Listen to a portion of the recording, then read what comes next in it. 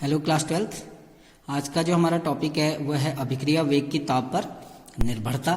जैसे कि हमें पता है कि जो अभिक्रियाएं हैं, सभी अभिक्रियाओं में जब तापमान में वृद्धि करते हैं तो अभिक्रिया का वेग भी बढ़ता है। सीधा सीधा कॉन्सेप्ट है कि जब हम टेम्परेचर इंक्रीज करते हैं तो अभिक्रिया का वेग भी बढ़ता है।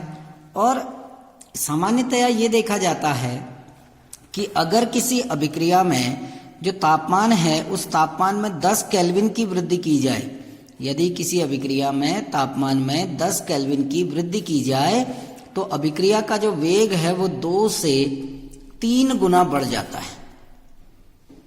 ठीक है ना। अगर हम किसी अभिक्रिया के तापमान में 10 केल्विन की वृद्धि करें केवल, तो अभिक्रिया का जो वेग होता है वो 2 से 3 गुना बढ़ जाता है, लगभग 2 से 3 गुना। ठीक है ना। और इस तापमान के वेग पर प्रभाव को हम दिखाते हैं ताप गुणांक द्वारा, टेम्परेचर कॉफिशिएंट, जिसको ताप गुणांक कहा जाता है। ताप गुणांक क्या होता है? दो भिन्न भिन्न टेम्परेचर पर वेग स्थिरांकों का अनुपात होता है। ठीक है ना।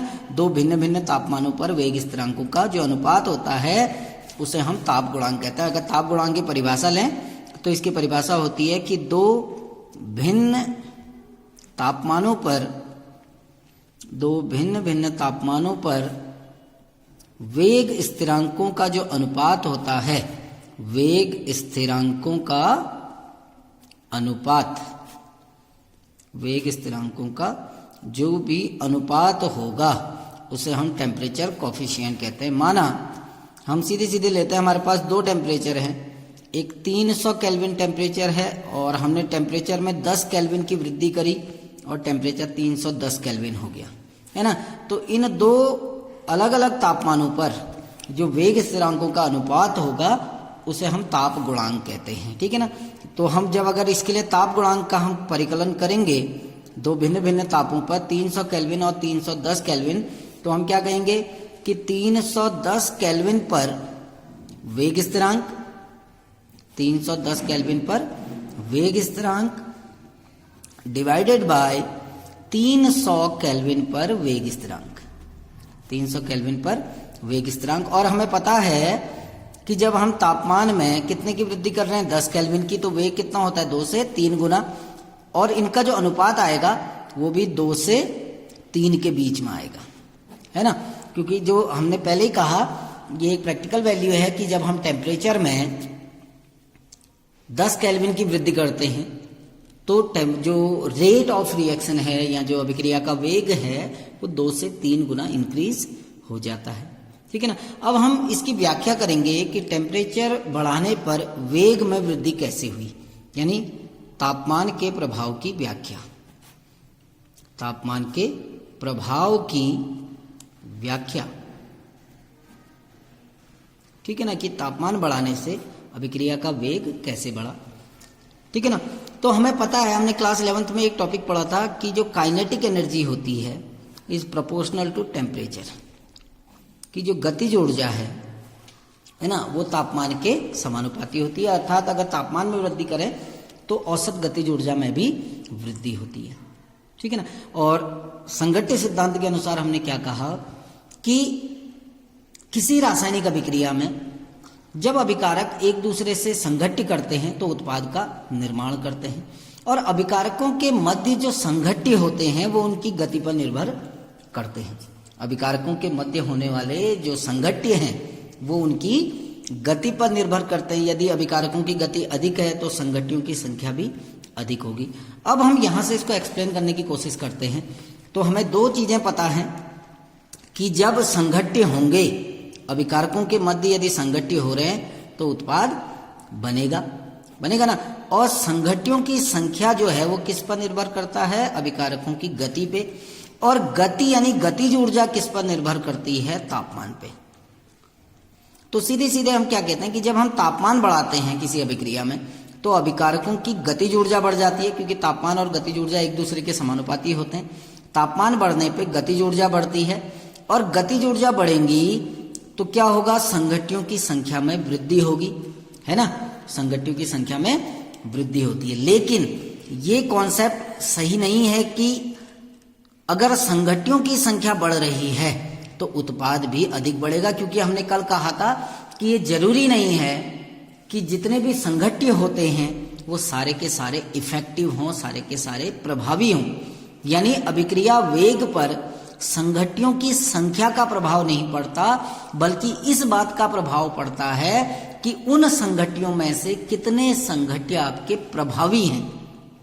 और संगठियों को प्रभावी होने के लिए क्या होता है कि अभिकारकों के पास एक न्यूनतम ऊर्जा होनी आवश्यक है। इसीलिए देखिए ग्राफ के माध्यम से हम इसको आपको बताने की कोशिश करते हैं। एक हम दो अलग अलग टेम्परेचर पर एक ग्राफ लेते हैं। ये T1 टेम्परेचर पर एक ग्राफ है और ये T2 टेम्परेचर पर एक ग्राफ है ना। ये किसके, ये एनर्जी है और यहां हम संगठियों की संख्या ले रहे हैं। संगठियों की संख्या को डेल्टा n/n से हम दिखाते हैं। आणविक भिन्न कहा जाता है इनको, ठीक है ना, ठीक, मॉलिक्यूलर फ्रैक्शन कहा जाता है। तो ये T1 टेम्परेचर पर जब तापमान T1 था, T1 अर्थात हम इसको 300 केल्विन भी मान सकते हैं, इसको 310 केल्विन भी मान सकते हैं, ठीक। ये दो अलग अलग टेम्परेचर पर एक ग्राफ है between energy and number of जितने कॉलिजन हो रहे हैं, ठीक है ना। और ये जो पॉइंट है, सपोज करो इस पॉइंट को हम देहली ऊर्जा मानते हैं E0, है ना। यानी ये देहली ऊर्जा है, इसके नीचे देहली ऊर्जा से कम ऊर्जा है, इसके आगे देहली ऊर्जा से अधिक ऊर्जा है। तो हम क्या कहते हैं कि जिन अभिकारकों की ऊर्जा देहली ऊर्जा से अधिक होगी उनके मध्य होने वाले संगठ्य क्या होते हैं, प्रभावी होते हैं। यानी इतने एरिया में, ठीक है ना, इतने एरिया में जो भी, इसको अगर हम नाम दे देते हैं ABCD, तो इस एरिया में जो भी कॉलिजन होंगे, जो भी संगठित होंगे, वो सब प्रभावी होंगे।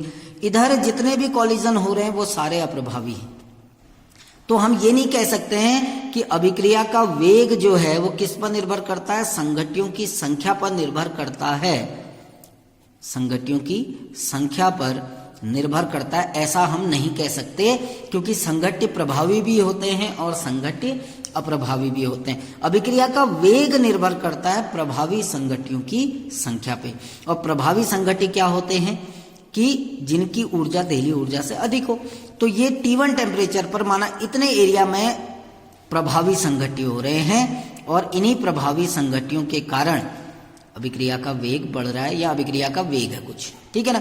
अब हमने टेम्परेचर बढ़ाया, जब हम टेम्परेचर बढ़ाएंगे तो जो अणु है उनकी क्या होगी, ऊर्जा बढ़ेगी, ऊर्जा बढ़ेगी ना, वो धीरे धीरे, क्योंकि तापमान भी एक ऊर्जा का रूप है।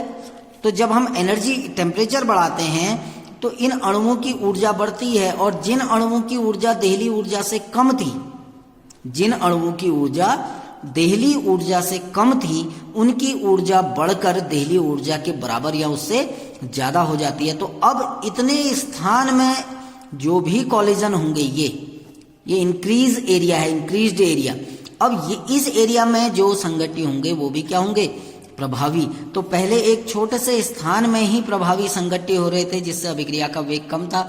लेकिन जैसे जैसे आप टेम्परेचर बढ़ाते हैं तो क्या होता है, टेम्परेचर बढ़ाने पर जो प्रभावी संगठित हैं उनकी संख्या बढ़ जाती है, ठीक है ना। इसीलिए हम कहते हैं तापमान वृद्धि के परिणाम स्वरूप अभिक्रिया के वेग में होने वाली वृद्धि संगठियों की संख्या में वृद्धि के कारण नहीं बढ़ती है, बल्कि प्रभावी संगठियों की संख्या में वृद्धि के कारण। तो आप ये नहीं कह सकते हैं कि हमने तापमान बढ़ाया तो गतिज ऊर्जा बढ़ी, गतिज ऊर्जा बढ़ने से क्या होगा, संगठियों की संख्या बढ़ गई और हमारा वेग भी बढ़ गया, ये नहीं है। क्योंकि जब गतिज ऊर्जा बढ़ेगी तो प्रभावी संगठियों की संख्या भी बढ़ेगी और अप्रभावी संगठियों की संख्या भी बढ़ेगी। तो वेग केवल प्रभावी संगठियों की संख्या पर निर्भर करता है, ना कि अप्रभावी। तो ये अप्रभावी एरिया है, यानी ये यहाँ जितने भी संगठित होंगे सब अप्रभावी होते हैं। तो आप सीधे सीधे कहेंगे कि जब हम तापमान बढ़ाते हैं तो अभिकारकों की ऊर्जा बढ़ती है, जिससे जिन अभिकारकों की ऊर्जा देहली ऊर्जा से कम थी उनकी ऊर्जा भी बढ़कर देहली ऊर्जा के बराबर या उससे अधिक हो जाती है, जिसके कारण उनके मध्य होने वाले संगठित क्या होते हैं, प्रभावी होने लगते हैं और अभिक्रिया का वेग बढ़ता है। इन शॉर्ट अगर हम एक लाइन में कहें तो आप ये कहेंगे कि तापमान में जब वृद्धि होती है तो प्रभावी संगठियों की संख्या में भी वृद्धि होती है, और प्रभावी संगठियों की संख्या में वृद्धि होने से अभिक्रिया का वेग भी बढ़ता है। ठीक है ना। तो ये था अभिक्रिया वेग पर तापमान का प्रभाव। नेक्स्ट वीडियो में आपको मैं सक्रियण ऊर्जा के बारे में बताता हूँ। Thank you.